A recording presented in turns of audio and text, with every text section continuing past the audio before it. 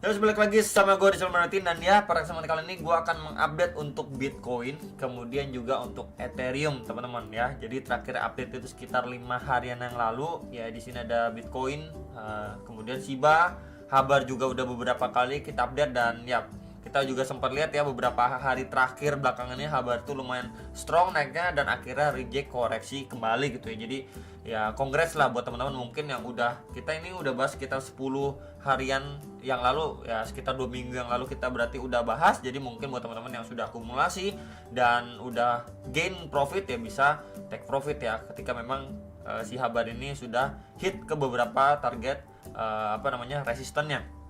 Oke, jadi kita bahas dulu untuk investing.com beberapa news event yang cukup penting itu nanti subuh ya, berarti besok ini 17-an ya. 17 Agustus, apakah kita bisa lihat kripto akan hijau merdeka atau merah merona lagi ya. Di sini ada FOMC meeting minutes jam 1 subuh, kemudian di sini ada jam setengah 8 malam ada initial jobless claim ya, kemudian ada Fed Manufacturing Index juga. Kemudian di tanggal 18 Agustus juga ada Fed balance sheet ya, teman-teman. Balance sheet ini jam 3.30, kemudian ada tanggal 19 nih ada beberapa ya si CVTC ya gold ya teman-teman, ini sekitar jam 3.30 juga. Jadi bisa dipersiapkan ya untuk beberapa hari ke depan nih, 17, 18, 19 di minggu ini ya, sebelum nanti mungkin ganti lagi di minggu depannya. Oke teman-teman ya, so far kita akan bahas dulu untuk si Bitcoin. Nah untuk si Bitcoin secara daily time frame ya, kita bisa lihat memang progresnya ketika dia sudah naik pun sama nih teman-teman ya, kurang lebih seperti pembahasan sebelum-sebelumnya. Ketika dia udah naik signifikan dan akhirnya proses koreksinya pun ini korektif. Kenapa saya bilang korektif? Sebentar nih pakai beras ya teman-teman. Di sini waktu di sini dia membuat range ya, dia nggak mampu untuk break dari range ini dan nggak mampu break dari 31.500 dolar, 31.300 dolar. Untuk hit 32.000 aja benar-benar struggling, dan akhirnya kita bisa lihat di sini rejection strong ya, dia udah breakdown, kemudian di sini retest, lanjut turun, dan posisi sekarang di sini dia sideways aja. Lapis atasnya itu di 30.100-an dolar, lapis paling bawah itu di 28.500 dolar. Nah ini menjadi concern kita saat ini, ketika memang dari area sini dia udah naik signifikan, kemudian di sini membuat channel, akhirnya dia nggak mampu untuk breakdown ya, naik untuk retest lagi, kemudian di sini berangsur-angsur dia sideways ya. Tinggal kita lihat ya, penentuannya adalah apakah dari range sideways ini ya dia make decision untuk dia breakdown terlebih dulu ya, atau malah dari sini akhirnya dia sekali jemput likuiditas bawah ya, grab liquidity mungkin ke sekitar 28.200-an gitu ya, kemudian dia bikin buntut atau tail candle panjang seperti ini, akhirnya mendapatkan reaksi untuk break dari 30.160-an dolar ini untuk ngetes lagi ke 32.000 dolar ya. Jadi balik lagi untuk area sekarang, ketika memang dia udah koreksi ya, terakhir kali kita bisa lihat dia berusaha naik lagi, taman ke reject di sini, berangsur-angsur turun, sempat mencoba naik lagi tapi dia reject lagi dari 29.500 dolar ini, dan sekarang posisinya dia lagi lanjut turun nih. Nah makanya kan kita bisa lihat di sini, oke, kalau secara zonasi masih sama di sekitar 28.500 dolar. Tapi kalau misalkan dia sedikit grab likuiditas gitu ya, wah orang-orang udah kira wah ini kayaknya udah mau lanjut turun lagi nih ke 27.400 dolar, 27.300 dolar. Ternyata secara daily-nya ya, di sini malah dia nanti bikin tail candle panjang mungkin seperti ini. Tapi buntutnya nanti closing di atas lagi di 28.500 dolar gitu ya. Berarti menandakan kalau seperti itu nanti adanya reaksi dari buyers yang lumayan signifikan untuk nahan harga si Bitcoin tidak jatuh atau turun lebih dalam lagi. Ya, jadi kalau misalkan itu yang terjadi, bukanlah hal yang nggak mungkin untuk nanti akhirnya si Bitcoin itu perlahan rebound kembali. Tapi kalau misalkan dia bahkan udah drop closing di bawah 28.500 dolar, ya big possibility untuk lanjut turun ke sekitar 27.400-an dolar, 27.300-an dolar, dimana pada pergerakan sebelumnya ini kita bisa lihat juga menjadi support dan resisten pada pergerakan si Bitcoin sebelum-sebelumnya di bulan Mei 2023 ya, sempat juga jadi support juga atau tahanan pada April nih, Maret dan April 2023 untuk si Bitcoinnya. Ya, so far kalau misalkan kita lihat seperti itu, untuk secara daily-nya belum ada tanda-tanda untuk pembalikan arah yang signifikan, tapi kita bisa lihat proses koreksinya itu benar-benar korektif. Jadi kalau misalkan kita bisa lihat di sini makan waktu lama akhirnya drop. Di sini kalau misalkan makan waktu lama akhirnya dia drop lagi, di sini makan waktu lama, ya mungkin ini adalah proses akumulasi sebelum akhirnya si Bitcoin lanjut naik lagi. Ya, jadi itu masih possible untuk si Bitcoin. Next, untuk si Bitcoin secara hourly khususnya 1 jam. Nah, untuk si Bitcoin 1 jam pun ini pembahasan terakhir ya, sekitar 5 harian yang lalu ya. Di sini saya extend aja ke samping. Dimana waktu kemarin itu dia sempat nge-spike ya sampai di 30.200 dolar. Kemudian dia reject dan kita bisa lihat di sini seperti ada yang namanya double top 1 dan ini top kedua ya. Bagian neckline-nya ini pas juga dengan Fibo atau retracement 0,3 sampai 0,5-nya. Golden ratio di sekitaran 29.400-an sampai 29.650-an dolar ya. Dimana saya ambil swing low di sini terakhir kali ya pada pergerakan 7 Agustus dan di swing high terakhir pada pergerakan 8 Agustus 2023 ya. Kita bisa lihat secara zonasi ini menjadi support and resistance ketika dia udah mampu nge-spike naik, dan ini sekaligus menjadi support lagi dan juga tahanan sekaligus neckline dari si double top kalau kita lihat dari time frame 1 jamnya. Cuman sayangnya adalah ketika dia ngetes bagian situ bahkan ke bagian bawah ya, di sini kita bisa lihat bagian bawah itu adalah box merah, di mana ini menjadi bagian atau lapis paling bawah di retracement Fibo 0,6-nya. Memang ketika dia reject di sini, ya drop, di sini masih mendapatkan reaksi, tapi reaksinya pun tidak signifikan. Yang melainkan hanyalah tersideways aja. Ya, kita bisa lihat spike bawah, spike atas, dan akhirnya dia berangsur bikin lower low kembali dari lowest terakhir pada pergerakan 14 Agustus nih. Kita bisa lihat ya, strukturnya makin lama malah bertransisi kembali ya menjadi lower high dan lower low. Nah, kalau misalkan ini yang terjadi, maka kita bisa perhatikan juga ya.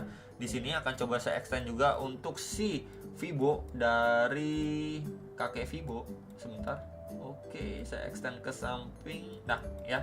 Kita bisa lihat di sini berangsur mengalami atau melanjutkan pelemahannya. Ini adalah target pertama yang lagi di testing. Nih, ya kita bisa lihat menjadi lowest sebelumnya beberapa kali di testing. Ini itu di sekitar 28.890 sampai 28.980 dolar. Kemudian untuk lebih bawah, sedikit lebih bawah di sini waktu dia bikin tail candle ya beberapa kali itu di sekitar 28.700 dolar. Jadi kalau misalkan dua area ini ya dia closing di bawah itu, maka next di sekitar berapa di sini kita bisa gunakan retracement atau Fibo 1,2 sampai 1,6 itu di sekitar 28.280 dolar, dan next lagi di 27.750 dolar ya. Jadi bisa diperhatikan sekali lagi untuk beberapa area target. Jadi secara daily, kemudian secara hourly juga kita lihat kalau misalkan dari sini possible dia breakdown ya, maka next target di sini ya seperti yang tadi juga sudah saya sampaikan di sekitar 28.000 sampai 28.200-an, 28.300 dolar. Ini menjadi area target krusial ya, dan mungkin aja divisit lagi oleh si Bitcoin untuk pertama kalinya semenjak kita bisa lihat ini semenjak terakhir kali pada 20 Juni 2023 ya. Tinggal nanti kita lihat apakah reaksi dari buyers ini ada reaksinya ketika kita lihat nanti dari lower time frame mungkin adanya divergence dan lain sebagainya, atau malah dia sideways aja cenderung melanjutkan pelemahannya ya. Jadi palingan itu sekilas untuk si Bitcoin. Meanwhile untuk si Ethereum kondisinya sedikit berbeda karena memang dia ini kita lihat secara daily ini lebih strong ya, lebih strong ketimbang si Bitcoinnya. Oke. Dan ya untuk area sekarang ini ya kita bisa lihat untuk lapisnya secara daily akan saya tandain. Nah di sini ya ini support yang beberapa kali ditahan semenjak 24 Juni sampai per hari ini. Ini lagi benar-benar coba dipertahankan ya, ini di sekitar 1810 sampai 1830 dolar ya, range area itu ini beberapa kali di testing, dan apakah kali ini menjelang FOMC meeting nanti ya tahun beberapa jam lagi apakah area ini akhirnya jebol, dan ya next target ke sekitaran berapa bro di sini ya, ini di sekitar 1730 sampai 1730 sampai 1785 dolar, dimana kalau saya extend ke samping kita bisa lihat ini dari track recordnya sebelumnya juga berfungsi menjadi untuk area support and resistance juga pada pergerakan si Ethereum sebelumnya gitu ya. Jadi kenapa saya lihat untuk ini menjadi area yang perlu sekali dipertimbangkan lah atau dipantau.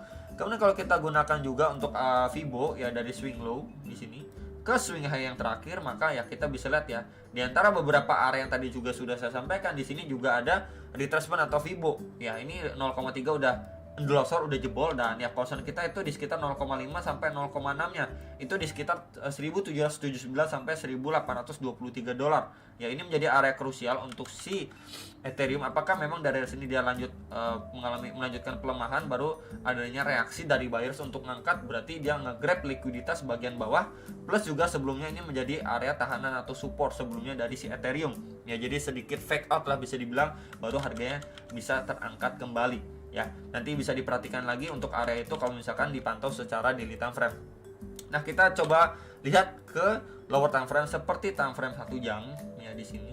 Sebentar saya extend dulu. Oke. Nah, kalau secara time frame 1 jam so far ya, yang saya pribadi lihat ini bisa gunakan sebuah trendline support ya. Beberapa kali di testing dan mendapatkan reaksi so far untuk si Ethereum walaupun tidak sesignifikan gitu ya. Kemudian untuk bagian atas ya, di sini juga kita bisa tambahkan seperti ini ya di sini untuk area atau trendline resistannya. Ya, ini beberapa kali di testing dan mendapatkan reaksi juga untuk si Ethereum bagian atasnya. Nah, tinggal kita lihat aja apakah memang dari sini dia sedikit melanjutkan penurunannya. Maka kalau itu yang terjadi, kita bisa perhatikan untuk area ini. Ya, ini di sekitar 1.780 dolar sekitaran area itu. Nah, kalau misalkan kita zoom in lagi ya, kenapa kita bisa pertimbangkan area itu? Nah, ini sedikit adanya tahanan juga secara time frame 1 jam. Ya, di sini kita bisa lihat ya progresnya.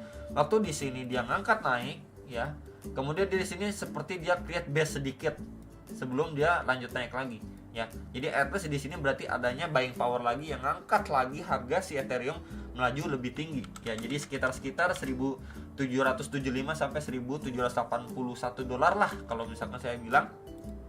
Plus di situ juga ada trendline support ya, kita bisa lihat trendline support.